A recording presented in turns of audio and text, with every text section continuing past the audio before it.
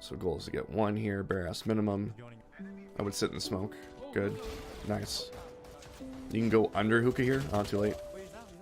So this is kind of like, it's 2 things, right? So you made the play into the smoke, which is exactly what I wanted you to do, which is great. You got 2 options here. What do you think they are? Keep pushing or completely fall back to maintain the numbers advantage. Yeah, exactly. So you were caught in between. At this rank, it's literally the smallest mistakes will throw you. So we have a protocol called the gray area protocol. You have 2 decisions, and there's a 3rd decision. It's called the gray area, right? You could have gone black, you could have gone white, you could have gone left, could have gone right. In this situation, you second guessed yourself. So either option would have been totally fine to do, but as soon as you change your mind, that's where problems come into play. So whenever you're going forward for yourself, I always recommend whatever comes to your mind first. That's your gut instinct. That's like the universe telling you what you should do. Hello, my name is Worthy, a professional Valorant coach. If you're looking to climb the ranks and improve your overall gameplay, you definitely want to leave a like and a sub and enjoy the video. So other things you can do on rounds like that, I like the dart. I also like asking for utility. Throwing a smoke on here, walking up to it if you wanted with 2 people. And that way you close the distance on an anti-eco round. Yeah, when you're establishing a bare ass minimum, just asking for utility, like asking for an aggressive smoke in this position, allows you to now move up and take a closer range fight, or even rat in that smoke if you wanted to. You can just tell by how they're playing right now, like how grouped up they are. This is like not gonna go well. Yeah, not gonna go well. Yeah. When I see this shit, I'm thinking, okay, where do I need to be to capitalize on the fact that they're all gonna die, right? Like anytime they're grouped up like that, it's not good. I would say that I would be asking for numbers and then potentially starting to work up long, checking for there, and then maybe even going into TP.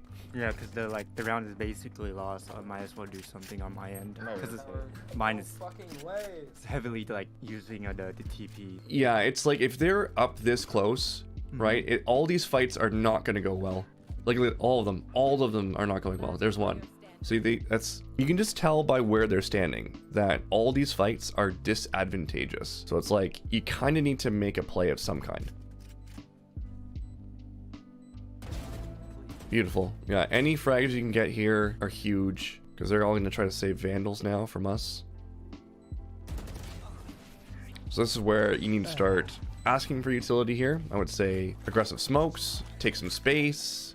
Like you can do a combo with people running down long while you drone through, and they can follow that drone in with Omen smoking, for example. Another thing you guys can do too, this is more macro stuff, but hard to coordinate this in ranked, but you can play 1 in TP and 1 in hookah. That way you have a danger zone here established. That would be something that would look at too. Because we are on eco. Yeah, exactly. And the point I was going to make too is that when you're an immortal, it's like it's less about micro stuff, it's more about the macro, right? Like where can we position to take the most advantageous fights? The one thing that you want to be considering too is this Brim ult. So if you were to go, let's say like you had your Omen and he TP'd here, like he smoked off this, TP'd, but he went into the TP, that might actually bait out the ult. That could be value for us as well. Even if he died. Well, he wouldn't because he would TP, right? Oh, so yeah. If he TP, he'd fake the TP. Right, chamber could do the same thing as well. It's hard to invest your ult in a situation like this. I was thinking you could. Oh, you did it. Okay, so if you're gonna do it, we want to drone and try to tag. Drone and try to tag and see if you can get that free one. I don't blame you for it. I don't want it because like a drone tag is. Do you think is like pretty obvious? You know. It can be, but you're also on eco, right? So if you end up getting it, it's a free kill. That's. Nice. Solid. Probably long. Oh no. Oh, I know, I could've won it. Oh, you didn't mental project. Okay, so the reason why I thought long, first of all, is because Omen's position. The other reason too, controller, if I'm Brim, I'm probably gonna go long. I'm probably not gonna sit in hookah, right? So it was more of like just like a projection. So right here, do you think I have time to stay tucked and wait for Omen? Because like okay, let's say in the parallel universe I did have ammo, right? Would this still be a correct fight to take? It's hard because he's going to isolate you. If you I don't think you almost have to. You almost have to. Yeah, I have to commit there. Because you're stuck. I mean, you back out, he's going to swing you. He should swing you at that situation, but I was going to say there could have been an ask for a smoke. There could have been a flash call out, but you would have to know that he was there. Yeah, it was too chaotic for me during that moment to like make any cons, but I think that's also another thing I have to work on. So let's take a look at what they're going to do this round. What do we have to worry about? Eco. Like either a 5-man rush or maybe through A short very fast. Cause yeah, they're gonna avoid B long, and because it's a long range fight. So the only place that they can really attack is showers, A short, and maybe hookah, because those are close range fights. I think it's gonna be a split, and the reason why is that Jet's gonna get her knives here. All right, so you may see something like this. So I would say in this round we should be controlling showers. I think it's gonna probably be an A take. Let's see if we're right. Arena, short. Yeah, and still an A split. 2, yep. I think Omen saved us this round. Oh, yep, holy fuck. So we were right, they're just bad. Because Jet should be 100% in showers right now. Doesn't even make sense. Just you. One enemy remaining. Oh, help. But can you see how you can literally just press tab and predict what they're gonna do? Yeah. TP? Oh no, that's chamber. Could be in Okay, we have site control here. This is actually post plant right now. This smoke is not good from the Omen, unfortunately. That's why I'm aiming at it. Yeah, I would stay the hell away from it. showers. Chamber. Could You be can in even showers. double shock dart it if you want. Okay, good. Good that you're shooting through it. Okay, so post plant positioning, you always want to think about controlling lanes, okay? So even you just being here is okay, and you have your shock darts. So where do you like to go for your shock darts to be able to line up for this bomb? U-Haul. U-Haul. Okay, so you Yeah. bounce it off and land it or something like that, or? Bounce it off the pocket, the Oh, pocket okay. wall.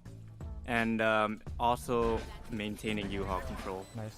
Okay, so get in there. But right now, Take even a though smoke like on Crip. Enemy kill. even though like Jet has CT control, I like staying in there because it's really hard to retake if your enemy is in U-Haul. Nice. Yeah, definitely. This is the Could be in point. showers. This is technically post plant here, right when this Raze gets TP? his Oh, first no, that's kill. chamber. Could be in showers. Chamber. Could be in showers. Chamber. I like this, and then I like you going to U-Haul to start playing your shock darts. That's in showers. And this is not going to be a big deal right now because you've got a trip and they're not playing off it. It's worried about But- the Jet. But later on, this couple of fractions of seconds in a gun round could mean a difference if they're flanking. So one of the keys that I always talk about is determine when post plant has started. One of the things that I will always say is that if you kill 2, assume that you have site control at that point, but obviously keep checking things. Like if you're leading in as an entry fragger, you should check everything. But if you're thinking from your perspective, being like a shock darter or a person who's trying to stall a bomb, you need to think about where do I want to stand my post plant. I didn't see the money. Okay, go to your post plant position. You have flank open right now. You gotta be careful. Oh my god. Only one. Oh, both there. One enemy Nice. Good remaining. job, Omen. That's the only issue I have with that post plant position for your shock darts, is that close range fight. Where do you recommend me to place my to reposition myself as a Sova to play that shock dart position Well, or a post plant? if we go back, it's all about timing again, right? We talked about post plant positions before. So let's figure out when post plant is. 1, 2. There. Post plant started. You got bomb, so as soon as you start planting, you need to think about where do I need to position. Secured for sure. They're gonna come from CT.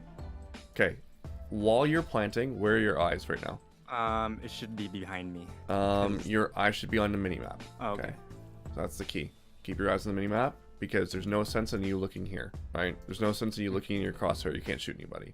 So you're looking at the minimap and you're planning out what your next movement is. So at this point, right here, as soon as that bomb goes down, you should have already committed to, I'm going to play back here and go back to my shock dart spot. I also Okay. have a question for you for post plant Yeah. lineup. I'm all for like playing lineups and stuff because like I respect those people that stays in customs and like actually learn those lineups because like I know that if you were to learn lineups then you know then you want to win the round and stuff. But I would only play post plant if I have numbers advantage or like a 4v2 or anything like that. But if it's like a 2v2 and stuff like that, I would never play lineup. Yeah. Unless you're both. 1v1. So the only factor would be is if you got another character who's doing lineups as well. Then it's like, okay, well, it makes sense. Let's both do lineups and we'll just coordinate it. In this situation, you could easily say, play back, I got lineups. Play back, I got lineups. Don't peek, don't peek. Stay alive. I'll line up the first peek, and then everyone, or I'll line up the first bomb sound, and then you can peek off the second one, right? In a team environment, you'd have that coordinated. Because usually I don't play lineups if I'm leaving my teammates in a 1v2 or 1v3, that type of thing. No, definitely don't do that. Definitely don't do that. I say that way too often. Boy, backside. Yeah, I was Revealing area. Silver backside. Yeah, you need to be hyper. Yeah, I think you were, but hyper cognizant of this ult and this ult when you're facing a Sova, and if you go into drone, right? As soon as I hear drone popped, I'm thinking, okay, I can ult here. Especially if I play here, which is the most common spot that I play as a Brimstone on A. If that dart goes out and you get scanned, it's an automatic ult from Sova. Vice versa with drone as well. You are now listening to Strawberry Station.